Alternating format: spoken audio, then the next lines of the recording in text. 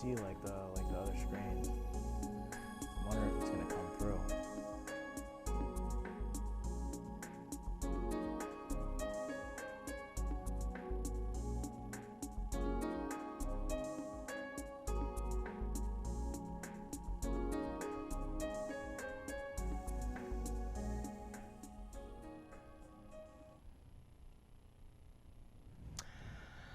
Hello folks, and welcome to, I've lost track of the numbers, so welcome to the next in the series of Dharma Outreach, Dharma Talks.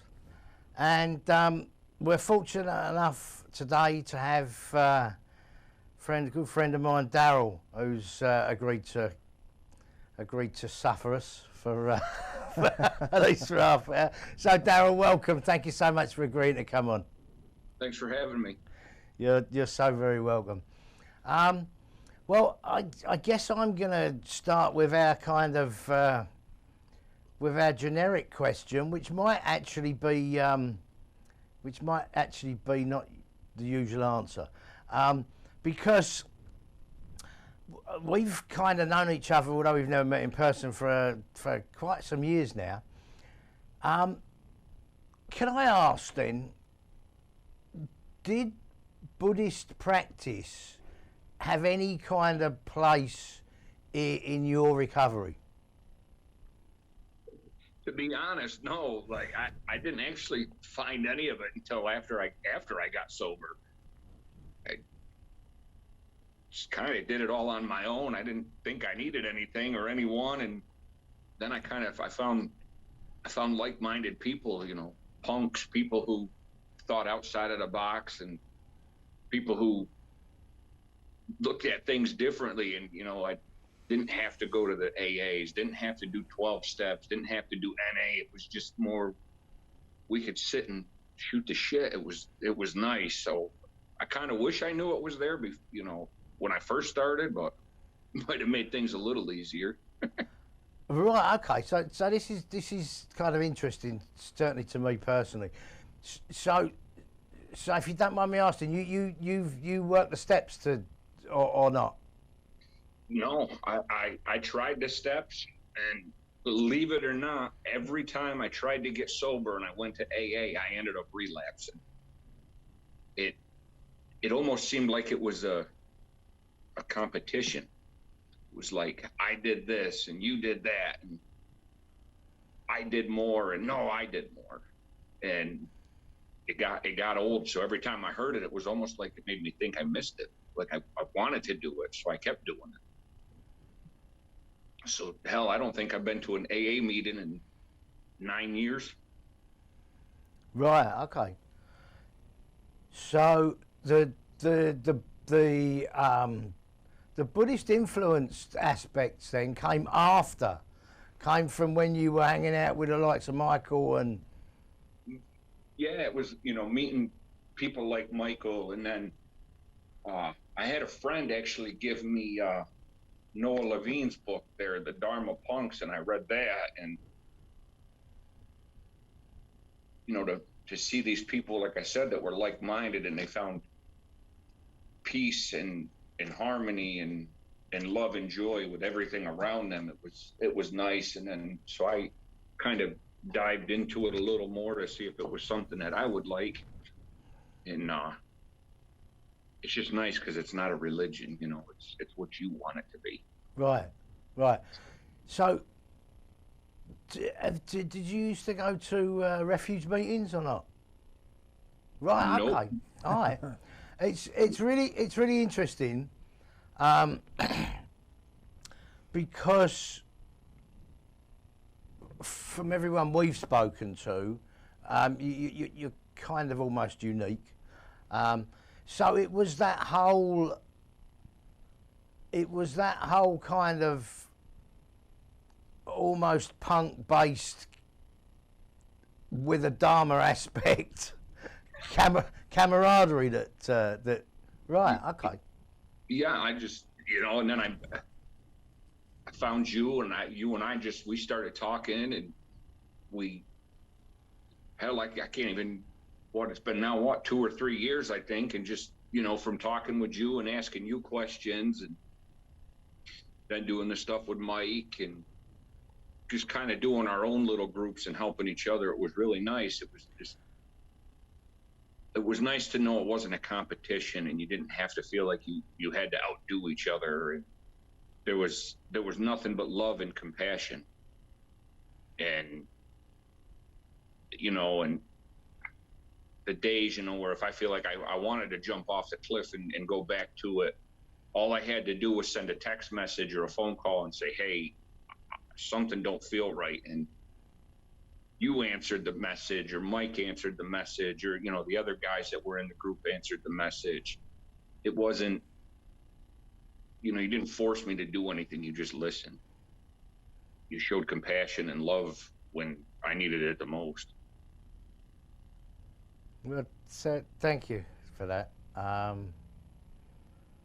I think for me, it's very heartwarming to me personally to hear that, because I make no secret about the fact that the practicality of a lot of Buddhist teachings is what I'm all about, not the ritual ceremony and the rest of it.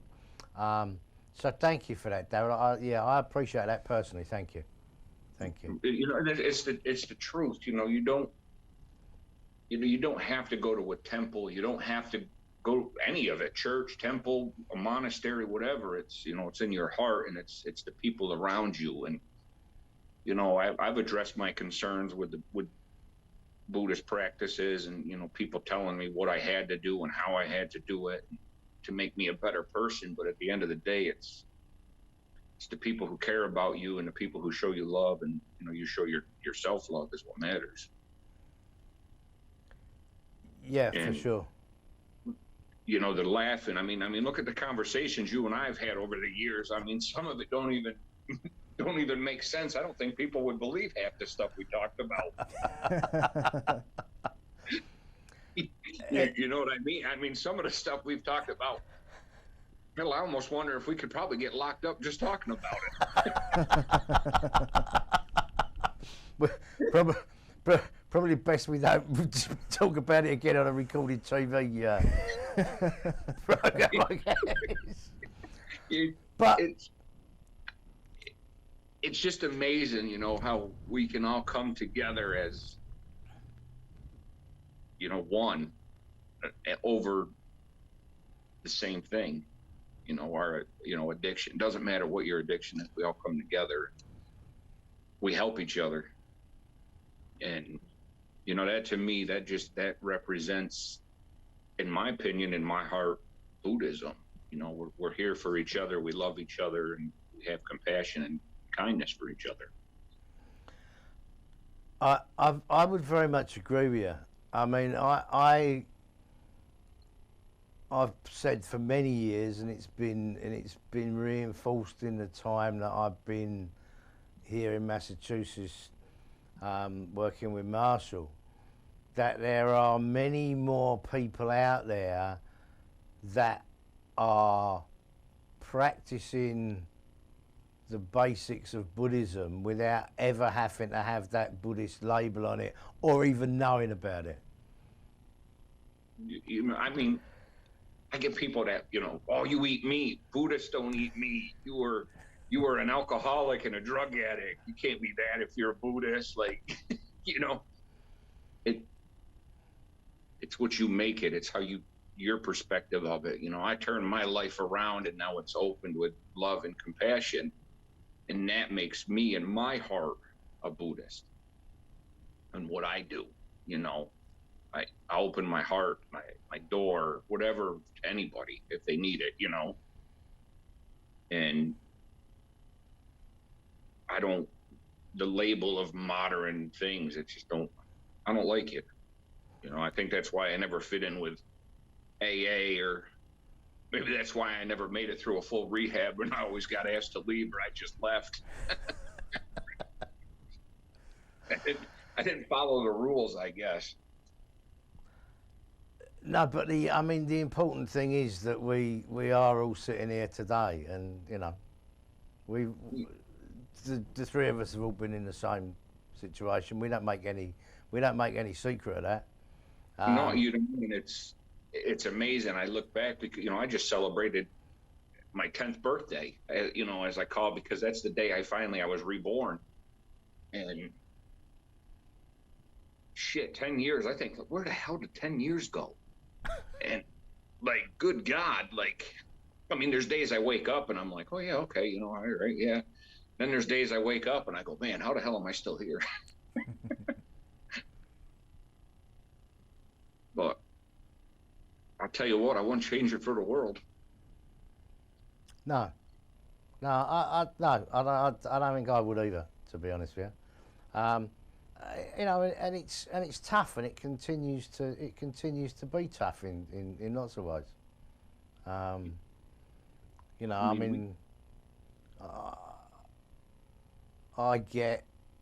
I've got, and I still get, a lot of criticism for the way I am, and a lot of that is about my honesty, and about the way I just people tell me I disclose too much. I'm too open, but I don't know. It keeps me where I need to be. What's lying going to get you? What's being a closed book going to get you? Right. Well, it comes back down to it really does. And I'm finding this a fascinating conversation, as always, whenever I talk to you. But because of the non-Buddhist Buddhist aspects, it's Buddhist without being labelled as Buddhist. A lot of the shit that we do. Mm-hmm.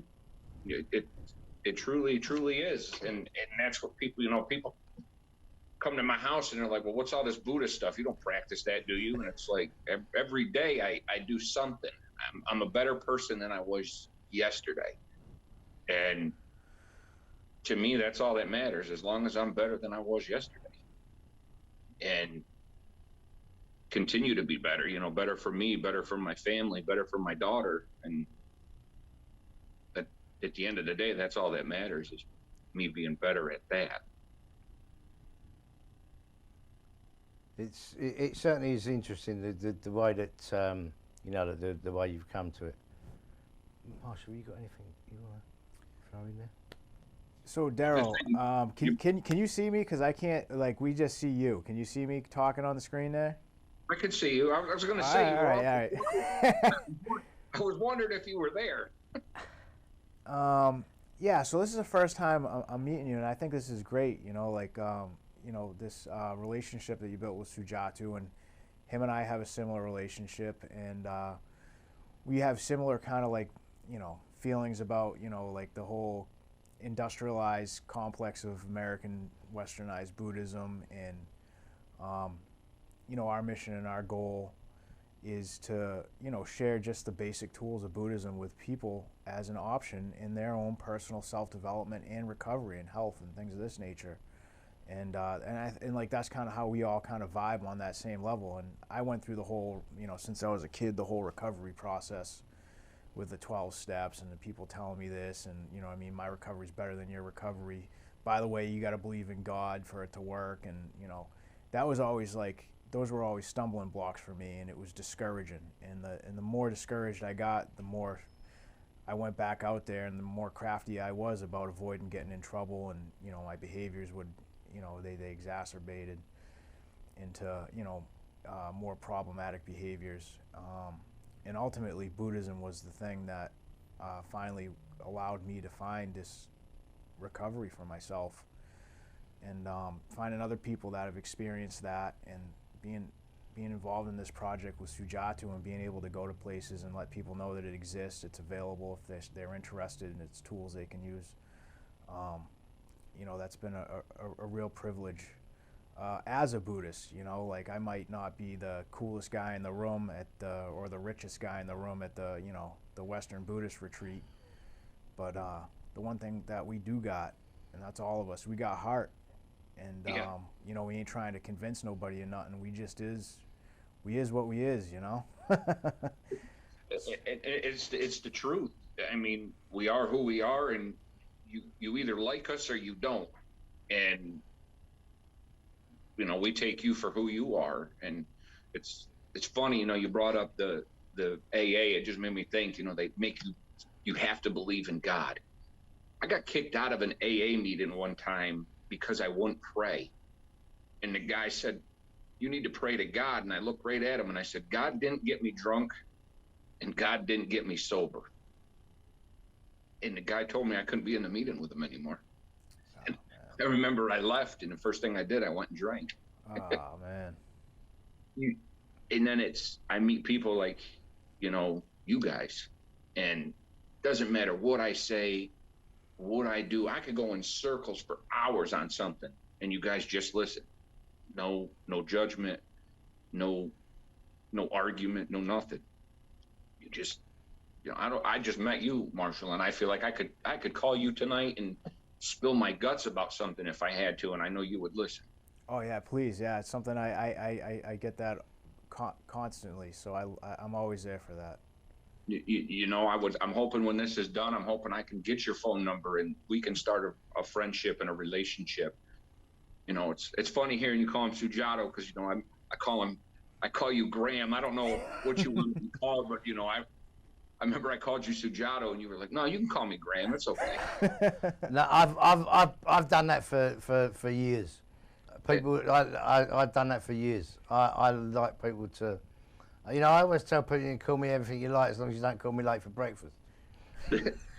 Listen, I won't call you late for breakfast, okay? We'll make sure we're on time. I call him Sujatu because, like, I call him by his formal monk name is because, like, that's what he represents. Like, in my mind, he represents, like, the effort that was put forth.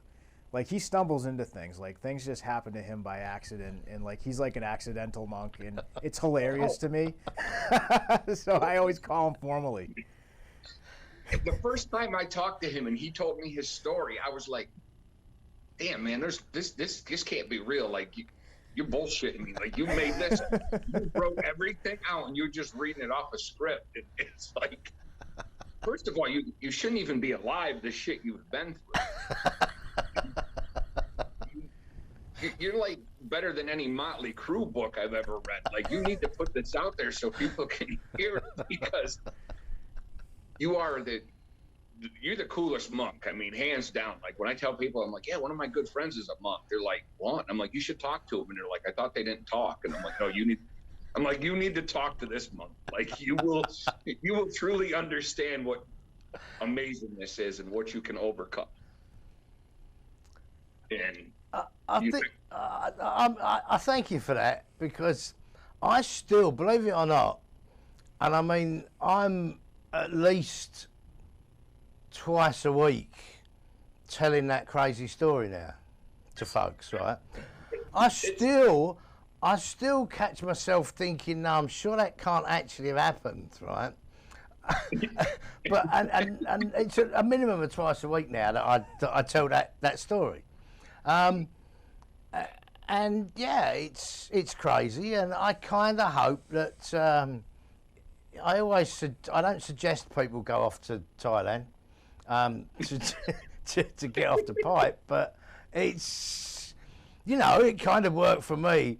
So I try and spin it around and say, well, it's the environment. It doesn't have to be the other side of the world, but you need to get out of that environment that's causing you all the shit you're in at the minute. So yeah, I kind of still feel the same way as you do about it. I still can't quite believe it myself. Maybe I really ought to get the book and the movie rights out there.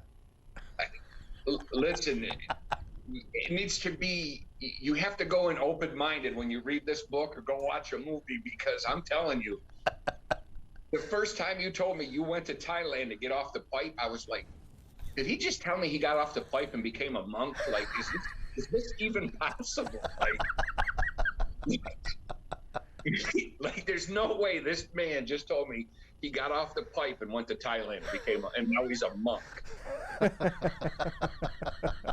Most people, they think of a monk, you're a beanpole of a person. You walk around, no tattoos, no beard, no robes, or all robes. And here you are covered in tattoos. You moved from England to Thailand to get off the pipe, and now you are a monk. Like that right there, it just needs to be your title. Off the pipe, become a monk. Of course, then after 11 years in Thailand, I went to Chicago.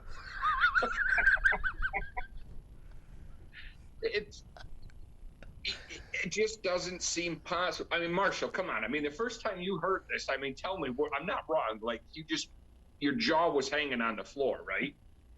Yeah, so like I found, I'll tell real quick the story is I had, you know, I had a cell phone, access to a cell phone. You know, I was away on an extended vacation, and I was looking into Buddhist stuff. I was getting ready to reintegrate into society, and he popped up on like the Facebook feed, and I was reading his story, and I was looking at him with like, you know, in Thailand with like, you know, like in the monastery with the Thai people, and you know, I was fascinated. And then the more I learned, and you know, his mission to, you know, kind of share Buddhist practice with the, you know, people that are out there struggling with the same stuff we struggle with, I was like all about it. So I just started following him. And then I don't know if he remembers, but when I was on the train one day, you know, just piecing my life back together, I ended up calling him. And I told him, like, you know, he'd planned on coming out here. I said, well, I'm interested in, you know, helping you and getting involved. And, you know, I think he just kind of was like, you know, he gets calls from many people. He's just another jamook just kind of reaching out, you know, with some bullshit reason or whatever. And, you know, I was serious about it. You know, like this stuff, you know, like helping people and giving people the stuff that they need to improve their lives. And in this case, Buddhist Dharma, it means a lot to me. I know because I know it works, because I've tested, tried it. It's effective. And yeah, so it's funny too. You know, we have laughs. It's enjoyable. You know, and it's fun, so you can enjoy it. Exactly, because it's different. It's not you don't have to follow a regimen. It's not. You don't have a sponsor beating something into your head saying, if you don't do step 3, it's never going to work. Okay, well, sure, whatever. Like to me, the book didn't work, and if it works for you, great. Like, hands down, I'm happy that it works for you because you found your niche. But this is what works for us. And I think, you know why it works is because it's controlled chaos, and that's what we're used to. I think that's a lot to do with it. I as you probably gather, I've never done well with authority of any kind. And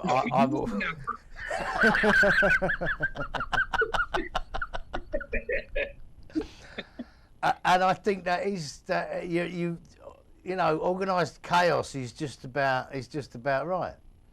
And it doesn't work. It doesn't work for everyone. It really doesn't work for everyone.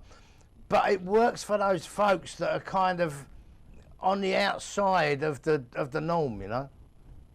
Exactly. I mean, 90% of us have always been outsiders.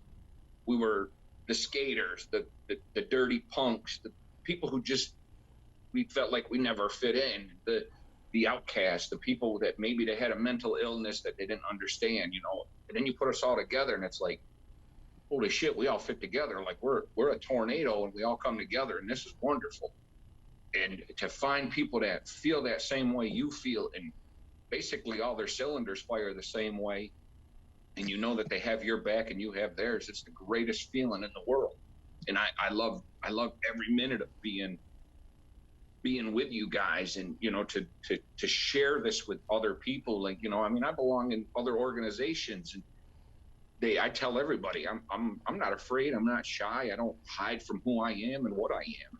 I'm a bipolar addict, and it don't bother me. I can share that with the world now. It's the greatest thing. And if people can learn from us or call us and just talk to us, that's even better. You know, I'm not going to judge you for what you do or what you continue to do. I mean, I don't know about you. I have friends that are in recovery. They still do certain things where most people might think, you shouldn't be doing anything if you're in recovery. Well, maybe that's not their problem. Maybe it still works for them. It's maybe that's, yeah. It's everyone's recovery is their recovery. I have a big issue with anyone that says you're doing it the wrong way. if you're still alive and you're doing better than you were yesterday, what can I say? What can you say to anyone? Well, two thumbs up for that. You know what? And I'm going to share on that too. Imagine being in a community and having friends, and then you decide to start smoking some marijuana or something, or if you're an opioid dependent, you decide to have some drinks, and now you're afraid to tell that community what you've done because you're afraid you're going to get ostracized or you're going to get judged. Like, they ain't none of that over here. Like, we just support each other no matter what. You know, like, I've been waiting for Sujatu to have a mental break for months now, but I'm ready to support him. I'm ready. You know, like, we're just here to support. We don't care. Like, we're here for each other. You know, I got friends, like, I don't drink no more, but I still smoke. I still smoke marijuana. Does that bother you? No, that's cool, man. That's you. I don't care. I still love you. You're my friend. You're my family. And I'm going to be there to support you, just like I know if I wanted to do that, you would support me. And that's what we need to be. And that's why this community is, to me, is the greatest community. I don't have to do something I don't want to do. I can be me. I can act like me, and we can laugh about it. And we can be serious, but we can also laugh. I mean, hell, Graham, you and I mean, we've had hours of conversations, and I think when I was done, I think I had more tears rolling down my eyes from laughing than I have in a long time. And that, Darrell, that's what it's all about, isn't it? It's about that. It's about us being able to find these connections that, you know, get us through some shit times. It's about knowing that there's, you know, I went years where I wouldn't admit that to anyone, that any kind of perceived weakness or anything, you know. But, you know, it's marvellous to have these folks that even if you don't speak to them from 1 month to the next 6 months, whatever, that you know you can pick that phone up, you can send that message, and, you know, and that's really what it's all about. That's really what it's all about. That's what we need, and that's how we're going to continue to survive. And as long as we keep putting the word out there and we're there for people, tomorrow's going to be a good day. For sure. I have now got no idea what the time is. Yeah, we've gone over. We've gone over. Oh, right, okay. Right. Oh no, okay. No, we haven't quite gone over. We've got a couple of minutes. Darrell, I want to thank you for coming on here. I really do appreciate it. And also, I don't know if you've got anything going on for you that you want to plug on here. I don't know how many people will see it. Any events, any causes you're supporting. But I always give people that opportunity if they have. No, just keep being you. You need anything, don't ever hesitate to reach out. I mean, you can ask these two, and they can always get you in touch with me if you want to know anything or have more questions, or you want to just call and shoot the shit. I'm game. Thank you. We appreciate that, and that's really what we're looking for. And actually, we might hit you up off of here for to see if you'd be interested in doing some maybe virtual speaking commitments for us. But we'll talk about that off of camera. Yeah. That works. Darrell, it's great meeting you. Great talking to you. I'm glad to make another connection. You know, another solid Buddhist. You know, like what we talk about. That's true recovery, and it's true Dharma. You know, in my mind. Yeah. No, there's no walls and no. We're an open book, and that's what we need to be. The stigma's got to stop, and what the hell? Well, thank you so much, Darrell, again, and I guess we'll wrap it up there. Thank you. Thank you. Thank you very much.